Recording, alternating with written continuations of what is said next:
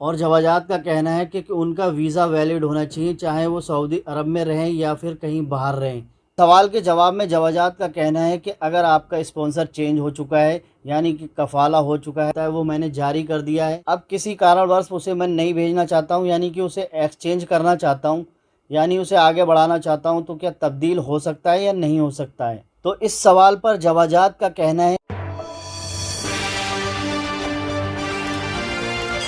और भी कई सारे सवाल हैं इकामे से रिलेटिव। एक ड्राइवर का भी सवाल है कि मेरी छुट्टी लग चुकी है और छुट्टी लगने के बाद में अगर मैं नहीं जाऊंगा तो क्या मेरा वीज़ा वो वैलिड रहेगा या एक्सपायर हो जाएगा, क्या करना पड़ेगा?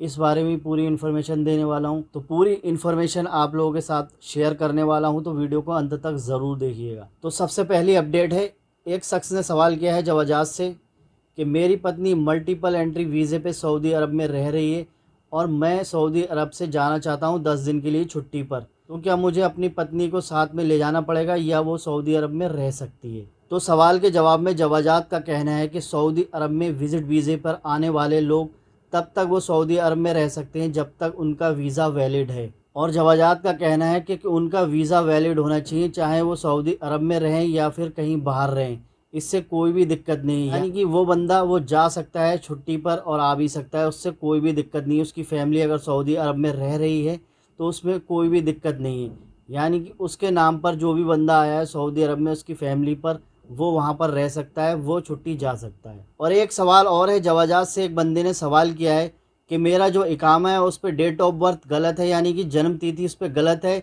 इस वजह से मेरा अफसर अकाउंट भी नहीं बन सका, अब मैं किस तरीके से उसकी डेट चेंज करवा सकता हूं? तो सवाल के जवाब में जवाजात का कहना है कि कोई भी किसी भी तरीके का काम है, अगर आपका फिंगर नहीं लग रहा है या फिर आपकी डेट ऑफ बर्थ चेंज करनी है कामे की, तो आपको जवाजात कार्यालय में विज़िट करना पड़ेगा। और इसमें जवाजात का कहना है कि आपको जवाजात ऑफिस में एक अपॉइंटमेंट लेनी पड़ेगी। अपॉइंटमेंट लेने के बाद में जो भी आपके डॉक्यूमेंट्स हैं, पासपोर्ट या इकामा, वो भी आपको साथ में लेकर जाना पड़ेगा और आपको अपने कपिल को भी साथ में लेकर जाना पड़ेगा।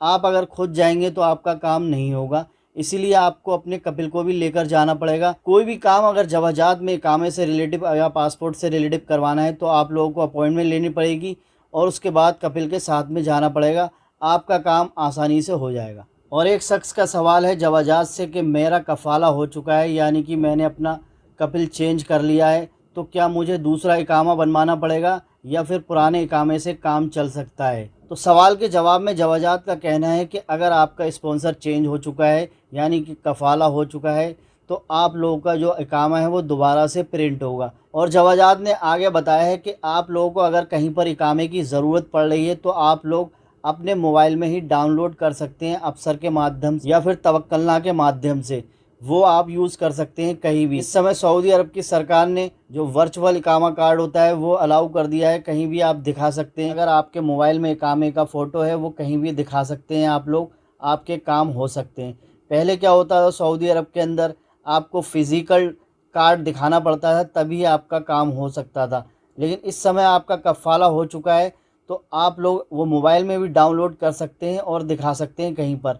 उसके बाद आपका जो इकामा है वो प्रिंट होकर दोबारा आ जाएगा, यानी कि आप कफ़ाला लेंगे तो उसमें जो स्पॉन्सर की आईडी होती है, नाम होता है, वो सारी चीज़ चेंज होती है, इसीलिए इकामा आपका दूसरा बनेगा, यानी कि प्रिंट होकर दूसरा आएगा। और एक सवाल और है, कपिल ने सवाल किया है जवाजात से कि मैंने अपने ड्राइवर का जो एग्ज़िट री एंट्री वीज़ा होता है, जो छुट्टी का वीज़ा होता है, वो मैंने जारी कर दिया है, अब किसी कारणवश उसे मैं नहीं भेजना चाहता हूँ, यानी कि उसे एक्सचेंज करना चाहता हूँ, यानी उसे आगे बढ़ाना चाहता हूं, तो क्या तब्दील हो सकता है या नहीं हो सकता है? तो इस सवाल पर जवाजात का कहना है कि एक बार जो एग्ज़िट री एंट्री वीज़ा जारी हो जाता है उस पर सफ़र करना अनिवार्य है। अगर आप लोग सफ़र नहीं करते हैं तो उस वीज़े को रद्द करना पड़ेगा, यानी कि वो एक्सचेंज नहीं हो सकता। एक बार जो छुट्टी लग जाती है उसको आगे नहीं बढ़ाया जा सकता, यानी कि अगर आप छुट्टी पे गए हुए हैं तो आपकी आगे छुट्टी बढ़ सकती है। अगर आप सऊदी अरब में रहते हैं और आपका छुट्टी का वीज़ा इशू हो चुका है तो आपको सफ़र करना ही पड़ेगा। अगर आप सफ़र नहीं करते हैं तो जो आपकी डेट है उससे पहले उसको रद्द करना पड़ेगा। अगर आप रद्द नहीं करते हैं तो उस पर 1000 रियाल का जुर्माना लगेगा, तब जाके वो रद्द होगा। अगर आपको छुट्टी नहीं जानी है तो आप लोग उसे आगे नहीं बढ़ा सकते, उसको रद्द करना पड़ेगा, यानी कि जो एक बार एग्ज़िट री एंट्री वीज़ा जारी हो जाता है उसे आगे नहीं बढ़ाया जा सकता। तो ये काफ़ी इम्पोर्टेंट अपडेट है आप लोगों के लिए कि बहुत से लोग छुट्टी लगा लेते हैं, बाद में सोचते हैं कि मैं नहीं जाऊंगा। इसीलिए आप अगर छुट्टी जा रहे हैं तो पहले डिसाइड कर लीजिए कि आप लोगों को छुट्टी जाना है या नहीं जाना है। और इसी में एक शख्स ने सवाल किया है कि मैं अगर छुट्टी पर गया हूँ और मैं वापस नहीं आता हूँ तो मेरे ऊपर 3 साल का बैन लग जाएगा।